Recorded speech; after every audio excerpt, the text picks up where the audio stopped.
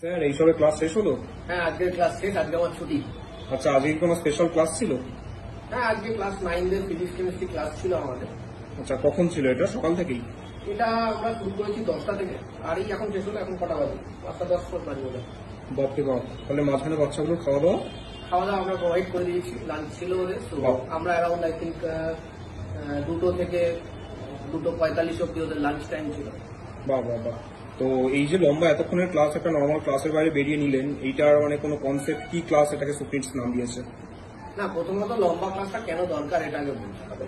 লম্বা ক্লাসটা দরকার, তার কারণটা হচ্ছিল সামনে পরীক্ষা। আচ্ছা, তো অনেকের অনেক কিছু ল্যাগ থাকতে পারে, যেগুলো হয়তো কোনো সময় ক্লাস মিস হয়েছে, ঠিক করে মন দেয়নি, সবটা পুরোপুরি কভার করা যায় একটা লম্বা ক্লাসে। কারণ কি প্রায় 3-4টে চ্যাপ্টার আমরা কভার করতে পারি। আজকে যদি আমি 5 ঘন্টা 6 ঘন্টা টোটাল আমাদের অ্যাপ্রক্সিমেটলি 6 ঘন্টার ক্লাস। তো 6 ঘন্টার ক্লাসে অনেকগুলো টপিক কভার করা যায়, 3-4টে টপিক পুরো ডিটেলসে কভার করা যায়। তো সেটা আমাদের সুবিধা 1 নম্বর। তাই যারা একটু উইক বাচ্চা তারা আবার নতুন করে রিভিশন হয়ে যায়, আর যারা স্ট্রং তারা আরো স্ট্রং হয়ে যায়। তো এটা এই কনসেপ্টটাকে আমরা বেসিক্যালি ওয়ার্কশপ বলে থাকি। কারণ এখানে বেসিক্যালি এখানে শুধু পড়ানো না, বাচ্চারা কিন্তু কন্টিনিউয়াস নিজে কাজ করে। এই 6টা ঘন্টা যেখানে আপনি বলছেন এতক্ষণ, সেটা বরঞ্চ আপনার এটা ভাবা উচিত যে এই 6টা ঘন্টা বাড়িতে থাকলে বাচ্চা কি করতো? এক্স্যাক্ট। কিছুই করতো না, হয়তো কিছু করতো না, হয়তো পড়াশোনা করতো, আমি মানছি, বাট মাঝে মাঝে উঠে যেত।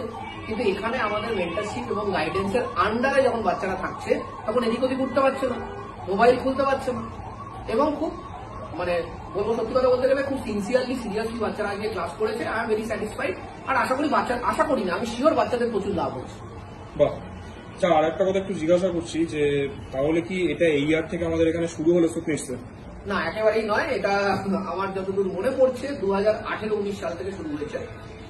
কনসেপ্টটা তখন আরো বেশি রিগোরাস ছিল। এমনও টাইম গেছে বাচ্চা রাতে থেকেছে, এমনও সময় গেছে 4 দিন রাত, 4টে দিন রাত পরীক্ষার আগে এখানেই থেকেছে, এখানেই খেয়েছে, এখানেই সবকিছু করেছে, স্নান খাওয়া দাওয়া সবকিছু এভরিথিং, দাঁত মাজা থেকে শুরু করে এভরিথিং এখানেই করেছে, এখানেই পড়েছে।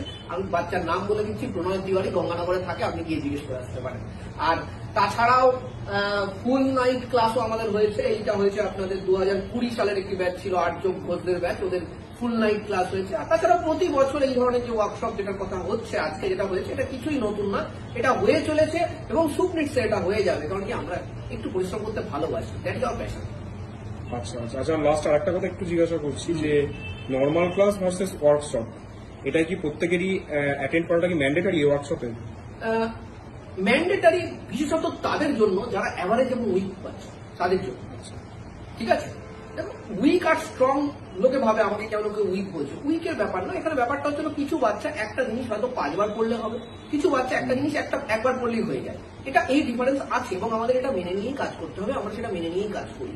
এবং তারা যখন এই লাস্ট মোমেন্টে পরীক্ষার আগে যখন ওয়ার্কশপ গুলো করে, তখন ওই সেম জিনিস যখন কন্টিনিউয়াস রিভাইজ হয়, কন্টিনিউয়াস যখন তারা লেখে, সে অটোমেটিক পরীক্ষার আগে তৈরি হয়ে যাবে। অর্থাৎ অ্যাটেন্ড করাটা তো অবশ্যই ম্যান্ডেটরি। এবং এটাও বলে দিচ্ছি যে যারা স্ট্রং, যারা আগে থেকেই অনেক রেডি, তারাও কিন্তু সবাই ওয়ার্কশপ অ্যাটেন্ড করে। তাদের অনেক সময় মানা করি না আসলেও হবে, কিন্তু তারা তবু ওয়ার্কশপ অ্যাটেন্ড করে। তারা যখন অ্যাটেন্ড করে, আমি মনে করি স্ট্রংদের জন্য এটা বেনিফিশিয়াল। কারণ কি তারা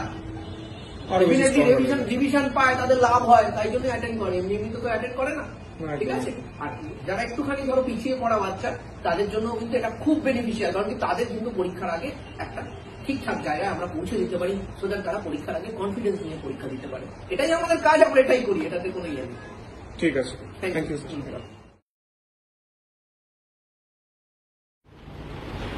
Water display. Water display. Water volume of water display. আচ্ছা, যতটা সাবমার্জ হবে ততটাই তো ওয়াটার ডিসপ্লেস হবে। তাহলে ভলিউম অফ হবে যাবে না? আচ্ছা, ভলিউম অফ ব্রাইন ডিসপ্লেস ইচ্ছে না থাকলেও মানতে হবেই। হ্যাঁ, ঠিক বলছে, বলে লিখতে হবে, মানে মানবেই না। আচ্ছা, volume of water displace should be equal to volume of Brian displace. ঠিক, সাবমার্জ কিছু করার এটা